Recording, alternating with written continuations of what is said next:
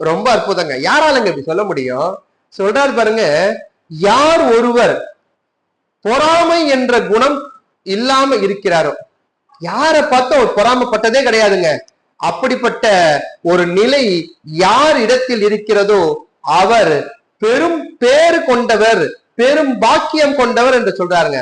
ஆக நம்முடைய இளைய தலைமுறை குழந்தைகளிடத்துல நாம சொல்லி பழகணும், நீங்கள் யாரை கண்டும் எப்பொழுதும் பொறாமைப்படாதீர்கள். அந்த பொறாமை பட்டீர்கள் ஆனால் நீங்கள் அடுத்த படிநிலை உயர முடியாது. வாழ்க்கையில அடுத்த படிநிலைக்கு நாம உயரணும் என்றால் நீங்கள் யாரையும் கண்டு பொறாமைப்படாதீர்கள். அந்த பொறாமை நம்மளை வளர விடாது, அடுத்த படிநிலைக்கு நம்மளை கொண்டு போகாது அப்படின்னு ரொம்ப அற்புதமா சொல்றாருங்க. ஆக இளைய சமூகத்திடம் நாம் கேட்டுக்கொள்வது என்னவென்றால், நீங்கள் எப்பொழுதும் யாரையும் பார்த்து பொறாமைப்படாதீர்கள்.